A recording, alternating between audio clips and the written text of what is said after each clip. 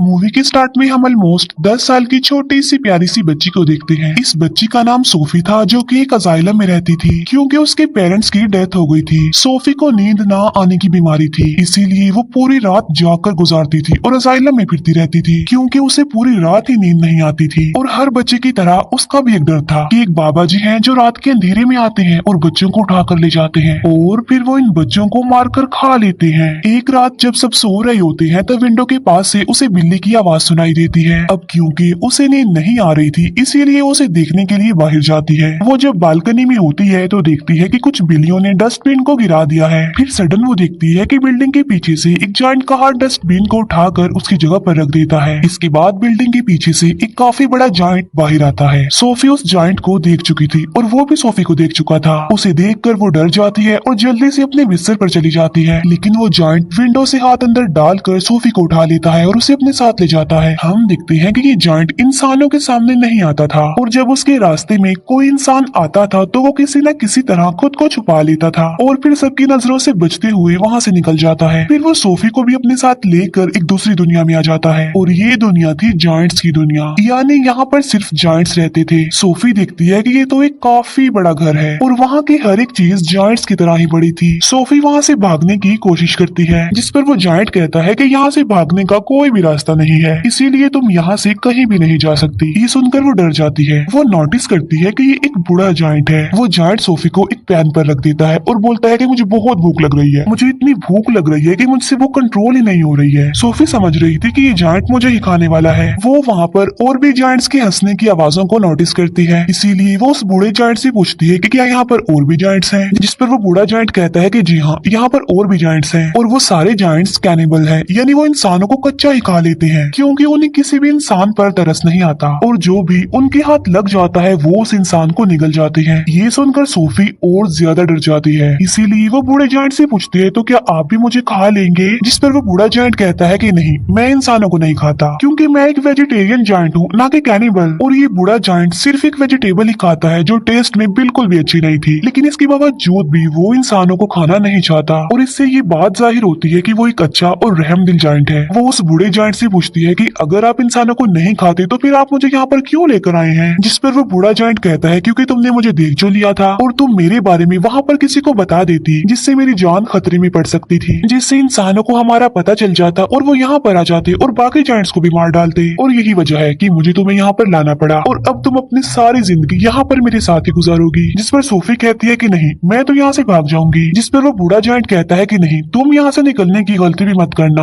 वरना बाहर बैठे जायंट्स को तुम पर तरस नहीं आएगा। ये कहकर वो बूढ़ा जायंट सोफी को एक बोर्ड पर रख देता है और उसे कहता है कि तुम थोड़ी देर रेस्ट कर लो, लेकिन सोफी को तो नींद ही नहीं आती थी। फिर वो देखती है कि वो जायंट अपने बैग से बड़ी बड़ी बॉटल्स निकाल रहा है। उन बॉटल्स में कोई चीज थी जो चमक रही थी। फिर वो उस जायंट से पूछती है कि इन बॉटल्स में क्या है, जिस पर वो जायंट कहता है कि इसमें ड्रीम्स हैं, यानी ख्वाब। जिस पर वो कहती है अच्छा, फिर तो ये मेरे किसी काम के नहीं है क्योंकि मुझे तो ड्रीम्स आते ही नहीं है और मुझे ड्रीम्स आएंगे भी कैसे क्योंकि मुझे तो नींद ही नहीं आती। फिर ये जायंट वो वाली बुक पढ़ने लगता है जो सोफी के पास थी। इस बुक में बहुत सारी कहानियां लिखी हुई थी। बूढ़ा जायंट उन कहानियों को पढ़ने लगता है जिस पर सोफी को नींद आ जाती है। इसके बाद वो बूढ़ा जायंट एक बॉटल लेता है और उसमें से एक ड्रीम बाहर निकालता है। इतनी ही देर में सोफी की आंख खुल जाती है और वो देखती है कि वो बूढ़ा जायंट अभी सो रहा है, इसीलिए वो मौके का फायदा उठाकर उस घर से बाहर निकल जाती है और वहाँ से भागने की कोशिश करती है, लेकिन तभी उसे एक काफी बड़ा जायंट पकड़ लेता है और ये सच में उस बूढ़े जायंट की निस्बत काफी बड़ा जायंट था। सोफी उस जायंट को कहती है कि प्लीज मुझे यहाँ से जाने दो, लेकिन वो जायंट सोफी की एक नहीं सुनता और वो उसे निगल जाता है। इसकी फौरन बाद सोफी की आंख खुल जाती है। इसका मतलब ये था कि सोफी एक ड्रीम देख रही थी। जागने के बाद वो उस बूढ़े जायंट से पूछती है कि मुझे पता है ये आपने किया है ना, क्योंकि ना तो मुझे नींद आती है और ना ही मुझे ड्रीम्स आते हैं,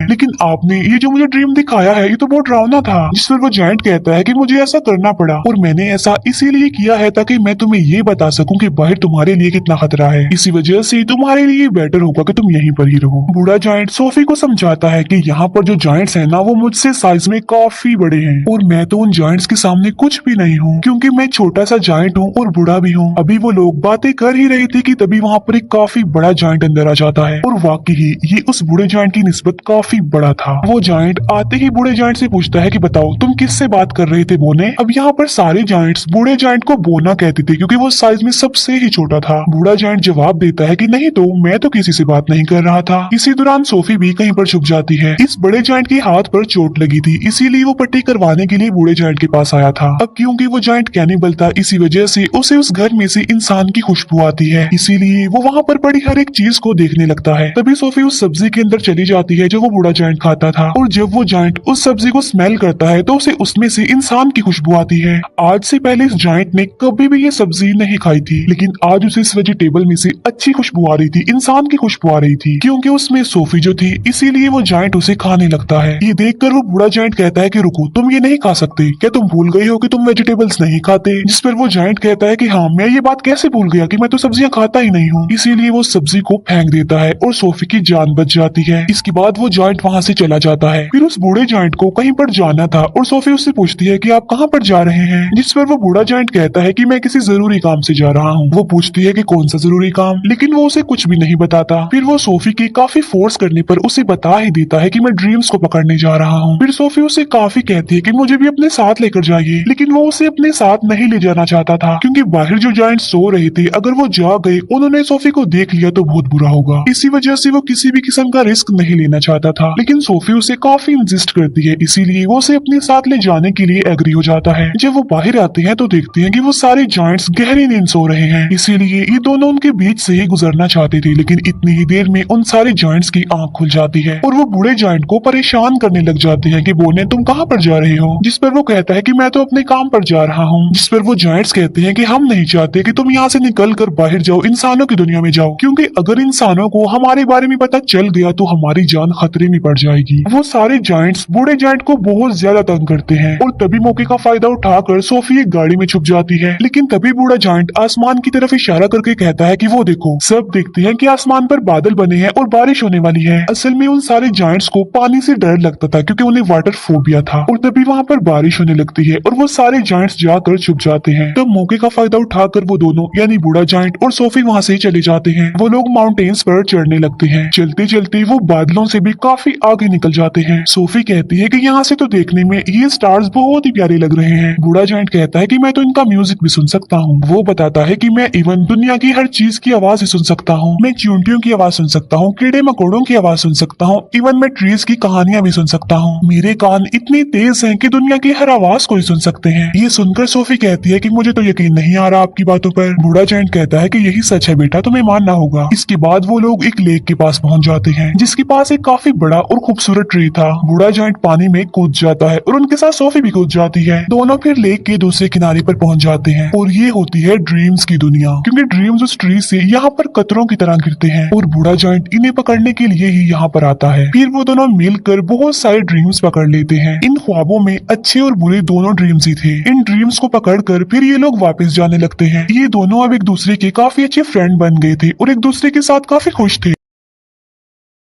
बूढ़ा जायंट उसे अपनी दुख भरी कहानी भी सुनाता है कि यहाँ पर सारे जायंट्स मुझे बोना कहते हैं, लेकिन फिर वो एक बात सोचकर खुश हो जाता है कि मुझे यहाँ पर कोई ऐसा भी मिला था जो मुझे बिग फ्रेंडली जायंट कहता था।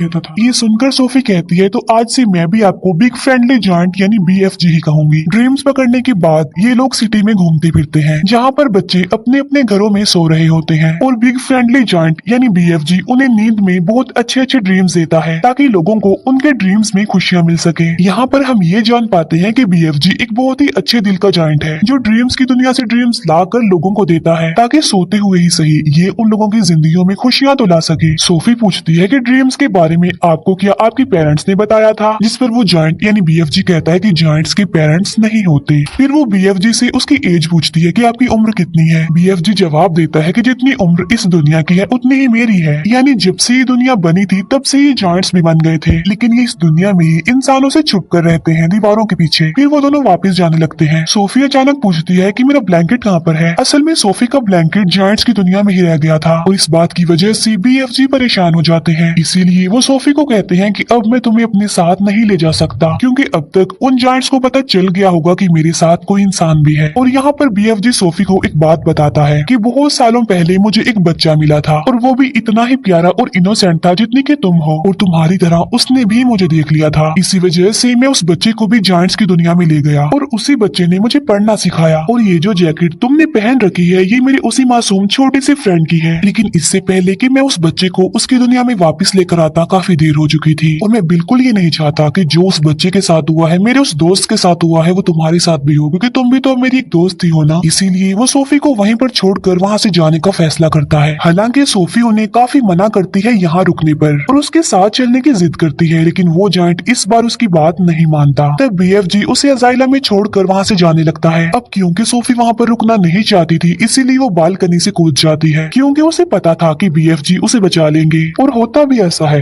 बीएफजी उसे बचा लेता है, और इसीलिए ना चाहते हुए भी उसे सोफी की बात माननी पड़ती है। इसी वजह से वो उसे जायंट्स की दुनिया में दोबारा से ले आता है, जहाँ पर बाकी जायंट्स पहले ही उन लोगों के लिए वेट कर रहे थे, क्योंकि सारे जायंट्स जान चुके थे कि बूढ़े जायंट के पास कोई इंसान है। इसीलिए सारे जायंट्स अब जानना चाहते थे कि वो इंसान कौन है, कहाँ पर है। इसीलिए वो ब्लैंकेट की खुशबू की मदद से बीएफजी के घर को चेक करते हैं और सारे सामान की तोड़ फोड़ कर देते हैं। लेकिन बीएफजी उस ब्लैंकेट को जला देता है जिसमें सोफी की खुशबू थी। फिर वो उन सारे जायंट्स को अपने घर से जाने के लिए बोलता है। सोफी वहाँ दीवार पर लगी एक पिक्चर को देखती है जो कि प्रिंसेस की पिक्चर थी। उस पिक्चर को देखकर सोफी को एक आइडिया आता है, और वो बीएफजी को कहती है कि आप प्रिंसेस के लिए एक ड्रीम बनाएं, और उस ड्रीम में आप ये बताना कि जायंट्स की एक दुनिया पाई जाती है इसी दुनिया में, और वो सारे जायंट्स इतने खतरनाक हैं कि बच्चों को मारकर खा लेते हैं, और इसी ड्रीम में आप हम दोनों को भी शामिल कर लेना, ताकि जब हम प्रिंसेस के सामने जाएं तो वो हमें पहचान ले। ये सुनकर बीएफजी ऐसा ही करता है, और वो जायंट्स की दुनिया में रहने वाले सारे जायंट्स का एक ड्रीम बनाता है, और वो उस ड्रीम में खुद को और सोफी को भी डाल देता है, और साथ साथ वो सिटी की बहुत सारे मिसिंग बच्चों को भी डाल देता है। फिर वो उस ड्रीम को लेकर प्रिंसेस के घर के पास चले जाते हैं, और ये प्रिंसेस की नींद में वो ड्रीम डाल देते हैं, और प्रिंसेस वो सब कुछ देख लेती है जो ये प्रिंसेस को दिखाना चाहते थे। प्रिंसेस की जब आंख खुलती है तो वो बहुत ज्यादा डरी हुई होती है, क्योंकि ये एक डरावना ड्रीम था, क्योंकि जायंट्स बच्चों को खा रहे थे। प्रिंसेस इस ड्रीम के बारे में अपने केयर टेकर को भी बताती है, जिस पर वो केयर टेकर कहती है कि आप फिक्र मत कीजिए, ये आपका सिर्फ एक डरावना ड्रीम था। लेकिन जब वो न्यूज़पेपर पढ़ती है तो कहती है कि ये तो बहुत अजीब बात हो गई, क्योंकि कल रात बहुत सारे बच्चे मिसिंग हो गए थे अपने अपने घरों से, और ये सेम वैसा ही हुआ है जैसा आपने ड्रीम देखा है।